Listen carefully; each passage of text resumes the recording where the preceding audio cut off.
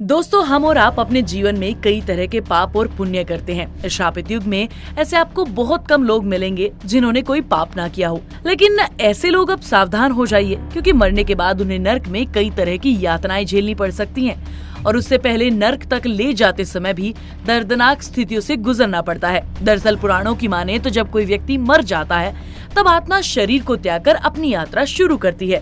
इस दौरान उसे 3 तरह के मार्ग मिलते हैं। ऐसा माना जाता है कि उस आत्मा को किस मार्ग पर चलाया जाएगा ये केवल उसके कर्मों पर निर्भर करता है। अब आप सोच रहे होंगे कि आखिर वो 3 मार्ग कौन से होते हैं।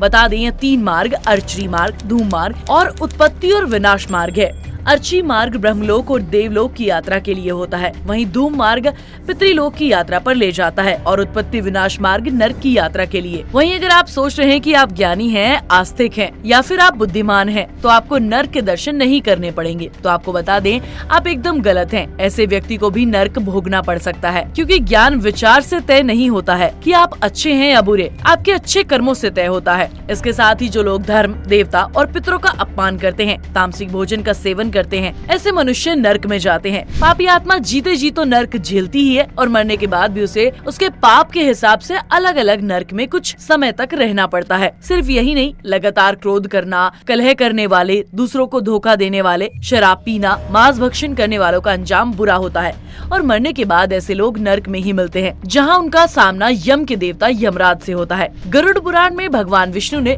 पक्षीराज को गरुड़ बताया है कि कैसे पापों के बाद व्यक्ति को किस योनि में जन्म लेना पड़ता है। सनातन धर्म में ब्राह्मण को भगवान के समान बताया गया है। शास्त्रों में भी साफ साफ बताया गया है कि अगर कोई मनुष्य जानकर या भूलकर किसी ब्राह्मण की हत्या कर देता है तो उसे ब्रह्म हत्या का पाप लगता है और ये महापाप माना जाता है। ऐसे काम में साथ देने वाले मनुष्य को भी कुंभी पाक नाम के नरक की यातना सहनी पड़ती है। गरुड़ पुराण कांड के अध्याय 2 में बड़े विस्तार से बताया गया है कि जो पापी ब्राह्मण जैसे पूजनीय लोगों की हत्या करते हैं, उन्हें मृग, शूकर और ऊंट की योनि में जन्म लेना पड़ता है। भूख लगने पर भोजन की चोरी करना साधारण पाप है। मन भटकने पर कोई वस्तु चोरी कर ली, चोरी तो पाप है, पर वो एक साधारण पाप है। लेकिन सोने की चोरी को बहुत बड़ा पाप बताया गया है। चोरी करने वाले मनुष्य या ऐसा काम करने वालों का साथ देने वालों को तमिस्र नामक नरक में दुख भोगना पड़ता है। वहीं उसे कीड़े मकोड़ों की योनि में जगह मिलती है। वहीं घर का सामान चुराने वाले गिद्ध की योनि में और दूसरों का पैसा लूटने वाला अपस्मार रोग से ग्रस्त होता है। वहीं जो व्यक्ति अपनी धर्म पत्नी को छोड़ देता है, वो अगले जन्म में गंडमाल नाम के रोग से पीड़ित रहता है। जो स्त्री के बल पर दुनिया में जी रहा होता है,